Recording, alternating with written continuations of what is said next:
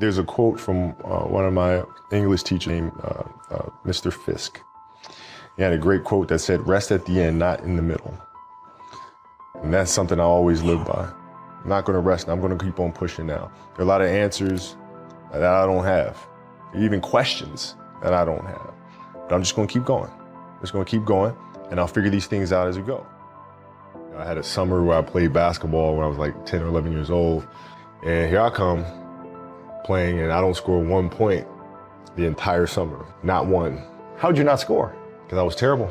Not a free throw, nothing, not a lucky shot, not a breakaway layup, 0 points. And I remember crying about it and being upset about it. And my father just gave me a hug and said, "Listen, whether you score 0 or score 60, I'm gonna love you no matter what." Wow. Now that is the most important thing that you can say to your child. Because from there, I was like, okay, that gives me all the confidence in the world to fail. I have the security there. But to hell with that, I'm scoring 60. Let's go. Right. And from there, I just went to work. And I stayed with it. I kept practicing. I think that's when the idea of understanding a long-term view became important. Because I wasn't going to catch these kids in a week. I wasn't going to catch them in a year, right? So that's when I sat down and said, okay, this is going to take some thought. I think the best way to prove your value is to work, is to learn, is to absorb, to be a sponge, right? But you always want to outwork your potential. You know, as hard as you believe you can work harder than that. I mean, you got to figure it out. If you really have an obsession to figure it out, you will figure it out, right? And every puzzle is constructed differently. All right, AI's situation when he came into the league was different than mine. Mike's situation in Chicago was different than mine. Right, everybody has a different puzzle, man. You just got to figure out your own puzzle. You know, basketball for me was the most important thing.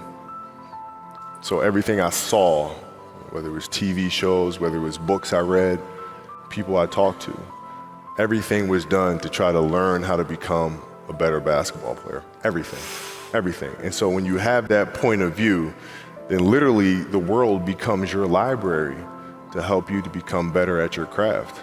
You're out running on the track, working out, and you start talking to yourself saying, man, my knee is really sore right now. Maybe I'm doing too much. Maybe I need to back off, you know. Man, my lungs are burning. Maybe I can just slow down here. I'll do like an extra 2 sets tomorrow. You know, it'll be okay. Yeah. Right? That sort of stuff. Yes. Like that stuff's dangerous. Yes. And that's when you just got to say, you know what?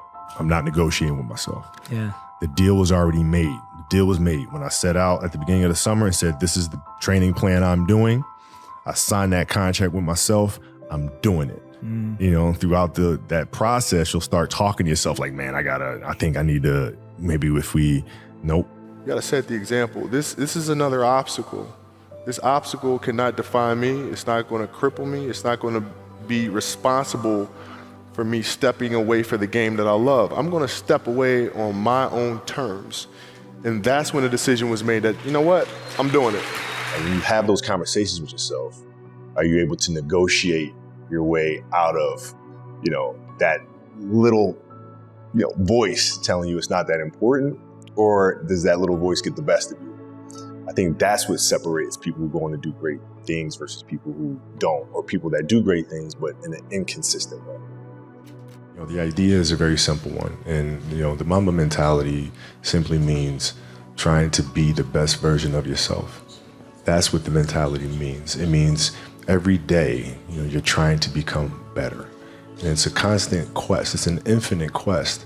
To me, the mentality is a really simple one in the sense that the confidence comes from preparation. You know, so when the game's on the line, I'm not asking myself to do something that I haven't done thousands of times before.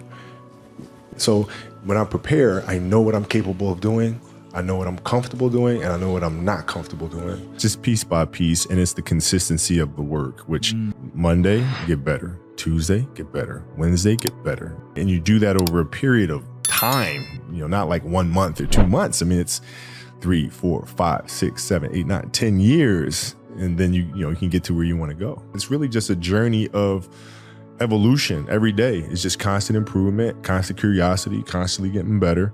The results don't really matter. It's the figuring out that matters. Every person has the ability to put one foot in front of the other. So you look at every challenge at every step And that's how you're able to be resilient and come back from these things. You have to sit and ask yourself what is truly going to get you up in the morning, what's going to keep you up at night.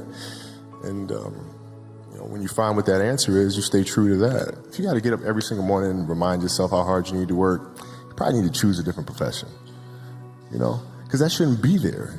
I wake up in the morning excited to get to it. If I'm not training, I'm missing it. If I'm not watching a game of basketball, I miss it.